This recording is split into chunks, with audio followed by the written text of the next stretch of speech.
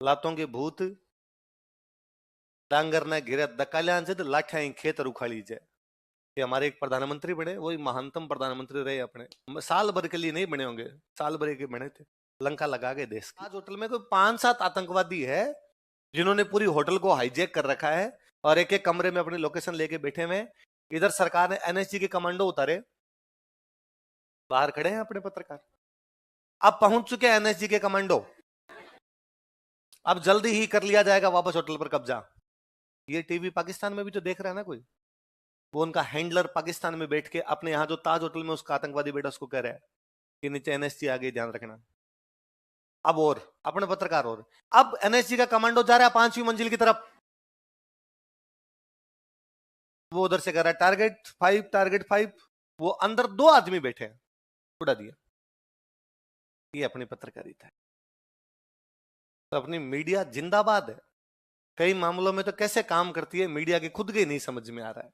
अपने ये मान लिया गया कि किसी के हाथ में बॉम्बू दे दिया जाए, बस इसकी पत्रकारिता। फिर किसी के मुंह में घुसेड़ दो, बता कैसा लग रहा है, कैसा लग रहा है यार, बुरा ही लग रहा है क्या, कैसा लग रहा है इसके अंदर।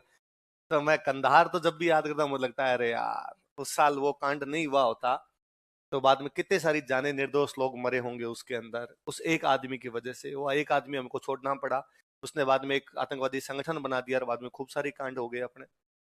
कि हमारे एक प्रधानमंत्री बने, वही महानतम प्रधानमंत्री रहे अपने, इंद्र कुमार गुजराल। साल भर के लिए नहीं बने होंगे, साल भर के बने थे, लंका लगा के देश की। का भारत एक शांति प्रिय देश है, इसलिए भारत देश अपने पड़ोसियों के साथ कोई छेड़छाड़ नहीं करे। हम शांति से रहेंगे, पड़ोसियों के साथ अच्छे संबंध बनाएंगे। इसलिए पाकिस्तान में जितने जासूस थे वापस बुला लिए। आपका एसेट खत्म हो गया यार, आपको न्यूज कौन देगा? न्यूज भी तो मिलनी चाहिए ना, वहां पर क्या चल रहा है।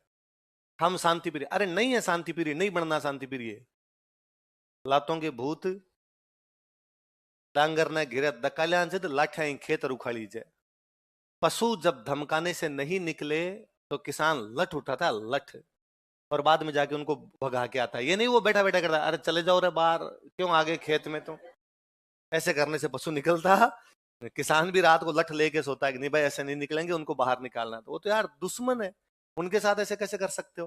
तो सारे के सारे वो 98 के आसपास में थे गुजराल जी, 97 98 में थे, वापस बुला लिए।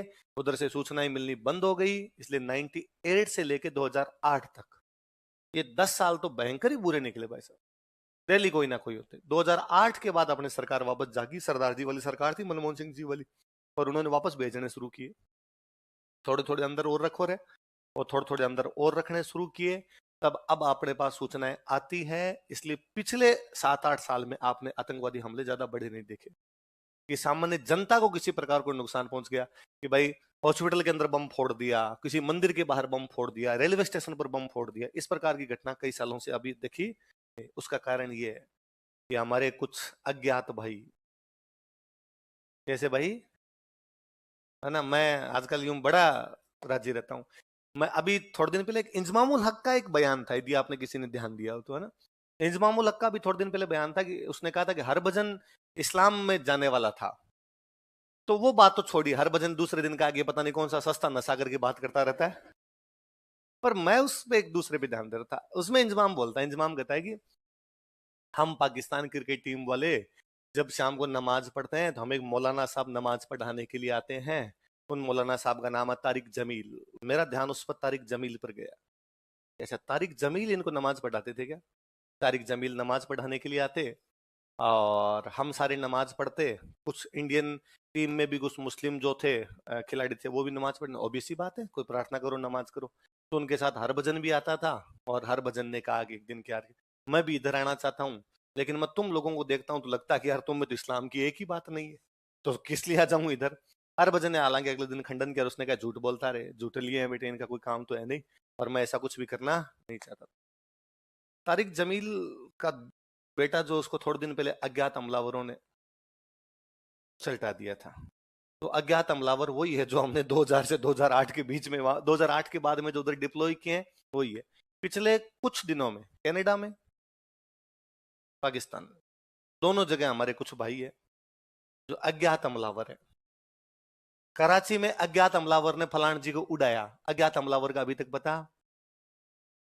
मैं बड़ा राजी होता हूँ, मैं उन हमारे अज्ञात हमलावरों को बहुत बहुत थैंक यू बोलता हूँ, क्योंकि वो है इसलिए हम रात को सुकून से सोते हैं, वो है इसलिए हम सुबह आराम से कोचिंग आ जाते हैं, शाम को आराम से चले जाते हैं, हमें डर नहीं लगता कि कब कोई गाड़ी के नीचे लगा जाएगा धम, इसके साथ ही उड़ जाएंगे अपने। कम से कम इतना यकीन है कि नहीं यार, यहाँ से ट्रेवल तो आराम से किया जा सकता है, इतना बड़ा भी नहीं होगा। अब डर नहीं लगता कि आप जिस बस में जिस ट्रेन में जा रहे हो उसके अंदर धमाका हो जाएगा, लगता है कि नहीं यार आराम से बैठे हुए। तो कंधार वाली एक बहुत बड़ी गलती है, कंधार वाला हाईजेक नहीं होता शायद हम खूब सारी और जाने बचा पाते। उस कंधार में उस समय हमला करने के लिए अपने जयपुर का कौन सा राजा गया था? मिर्जा राजा जय सिंह। कौन से बादशाह ने भेजा था? कंधार कहां पर है? कहां पर है? अफगानिस्तान। कंधार आप सबको याद रहना चाहिए, 99 के आसपास में आतंकवादियों ने हमारे भारत का एक हवाई जहाज हाईजैक कर लिया था, और उसको हाईजैक करके कहां लेके गए थे? कहां लेके गए थे? कंधार। उसके बदले में हमें 3 आतंकवादी छोड़ने पड़े थे, उनमें एक आतंकवादी था मसूद अजहर। कौन था? जिसने बाहर जाने के बाद बनाई थी लश्कर ए तैयबा। क्या बनाई थी? उसके बाद भारत पर जितने हमले हुए हैं सारे लश्कर ए तैयबा ने किए। जितने बाद बम विस्फोट वगैरह हुए उनमें ज्यादातर में हाथ किसका था? तो वो करवाने वाला कौन था? मसूद अजहर। उसको कौन से जहाज के बदले में सौंपना पड़ा? जो जहाज कहां पे लेके चले गए थे? कहां पे लेके चले गए थे? कंधार यूं सीने में सूल की तरह चुभता है कि उस दिन यदि हमारा जहाज वो कंधार लेके नहीं जाते तो हमें आतंकवादी छोड़ना नहीं पड़ता तो बाद में पिछले कुछ सालों के अंदर भारत ने जो खोया था वो उतना खोना हमें नहीं पड़ता। बहुत बड़ी, वो मैंने एक दिन पहले ही हमने बात की थी कि बीच में 2000 से लेके 2008 तक तो हालत ये हो गई थी कि बंदा घर से बाहर जाता तब शाम को आराम से आएगा कि नहीं आएगा पता नहीं था।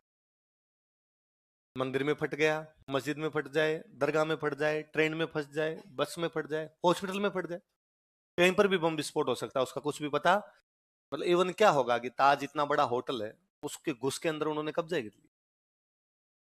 और ये जब हुआ था, कंधार वाला हाईजेक हुआ था, तो खूब सारे यात्री थे उसके अंदर, भाई पूरा हवाई जहाज ही था, खूब सारे यात्री थे। एक तो अपने भारतीय मीडिया बड़ी जोरदार चीज है जी। उधर कंधार में हाईजेक हुआ है, यात्री हैं उसके अंदर, सरकार बातचीत कर रही है आतंकवादियों से, आतंकवादी कह रहे हैं, वो खूब सारे लोग मांग रहे थे, वो 100 एक लोग अपने यहाँ पे उनके थे, वो कह रहे थे 100 के 100 को छोड़ो।